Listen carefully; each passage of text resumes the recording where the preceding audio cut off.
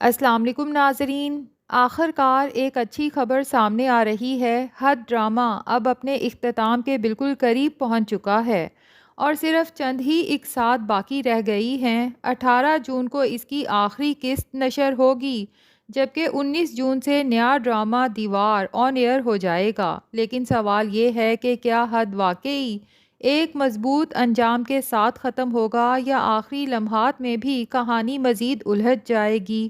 آنے والی قسط میں شہرام کے آفس میں لگنے والی آگ کا راز کھلنا شروع ہو جاتا ہے۔ ابتدا میں سب یہی سمجھتے ہیں کہ شاید شارٹ سرکٹ کی وجہ سے حادثہ پیش آیا ہو، لیکن فریال کو شروع دن سے ہی اس بات کا یقین نہیں ہوتا۔ اسے لگتا ہے کہ اتنے بڑے اور جدید آفس میں ایسی غلطی کا امکان بہت کم ہے۔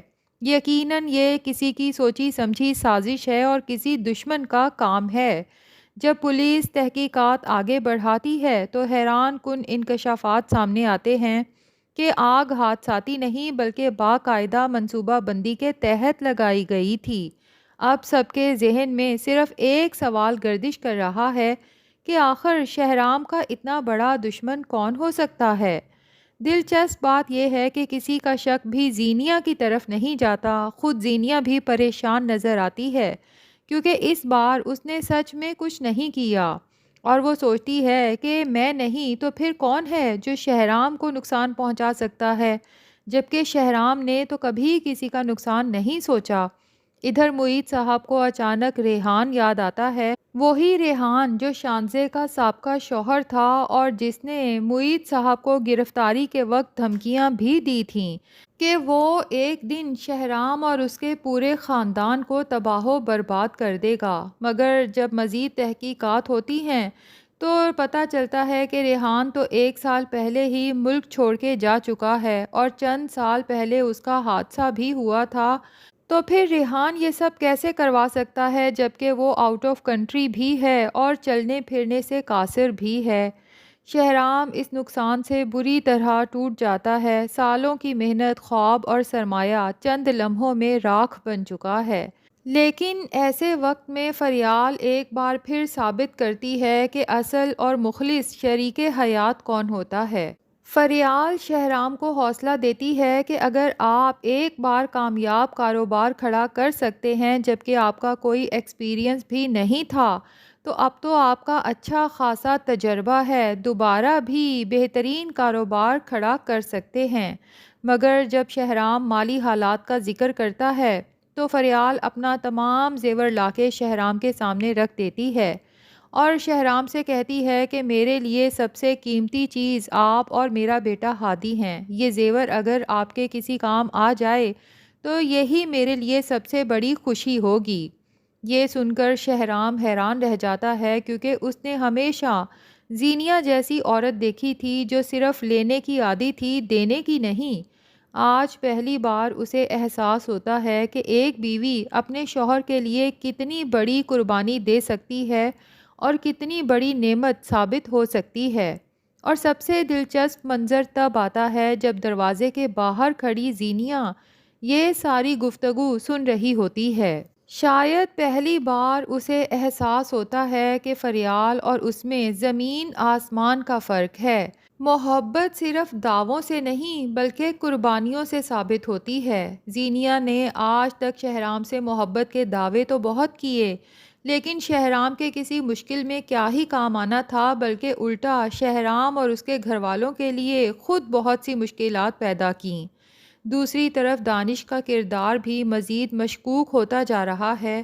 وہ پہلے ہی فیروز کو اشارہ دے چکا ہے کہ اگر شہرام کا کاروبار ڈوب چکا ہے اور دوبارہ کاروبار شروع کرنے کے لیے اسے قرض چاہیے تو دانش اس سلسلے میں شہرام کی مدد کرنے کو تیار ہے۔ یہی بات فیروز کو کھٹکتی ہے کیونکہ دانش کبھی بغیر فائدے کے کسی کی مدد نہیں کرتا۔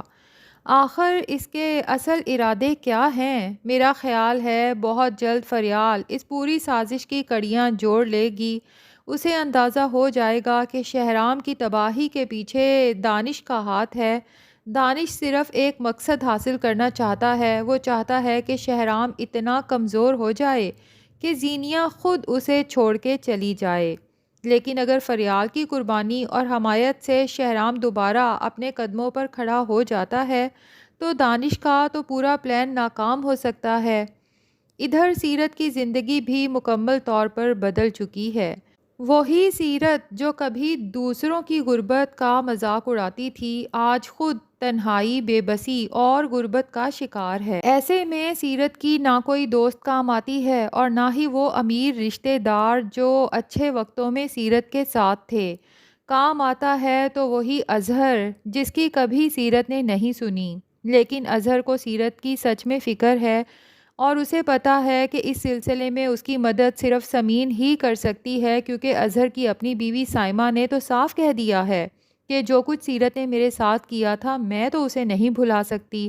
لیکن اظہر جانتا ہے کہ سمین کا دل بہت بڑا ہے، وہ کسی کی بھی بڑی سے بڑی، بری سے بری بات بھلا سکتی ہے، معاف کر سکتی ہے۔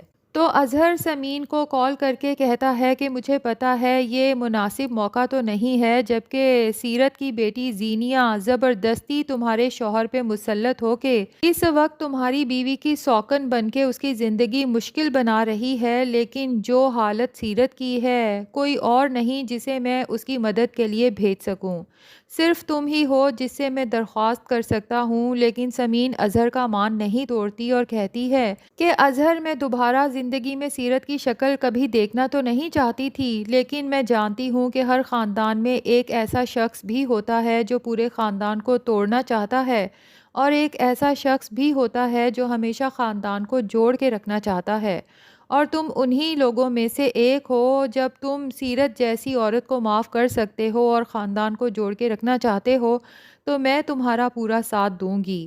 سمین سیرت کے پاس پہنچ جاتی ہے اور سیرت کی حالت دیکھ کر اسے سچ میں افسوس ہوتا ہے اور سیرت کو احساس دلاتی ہے کہ اگر آپ نے اپنے بچوں کی اچھی تربیت کی ہوتی تو اس مشکل وقت میں زرار اور زینیہ آپ کے پاس ہوتے۔ سیرت تو پہلے ہی پشیمان ہے، لگتا یہی ہے کہ وہ سمین سے ہاتھ جوڑ کے اپنے کیے کی معافی مانگے گی، لیکن کیا ہی فائدہ ایسی معافی کا جو آپ کے حالات خراب ہونے کے بعد آپ کو احساس دلائے کہ آپ نے سب کے ساتھ کتنا برا کیا۔ کیا ہی اچھا ہوتا اچھے وقتوں میں سیرت سمین سے معافی مانگ لیتی اور خود کو سدھار لیتی۔ بہرحال سمین سیرت کے لیے جو کچھ ہو سکتا ہے وہ کرے گی، اور لگتا ہے کہ ادھر زینیہ بھی جب فریال اور شہرام کی باتیں سنے گی تو اسے بھی احساس ہو جائے گا کہ فریال تو واقعی ہی انمول ہے، جس طرح وہ شہرام کے ہر مشکل میں اس کے کام آتی ہے۔ میں تو کبھی ایسا کچھ کر ہی نہیں سکی، خالی خلی محبت کے دعوے ہی کرتی رہ گئی۔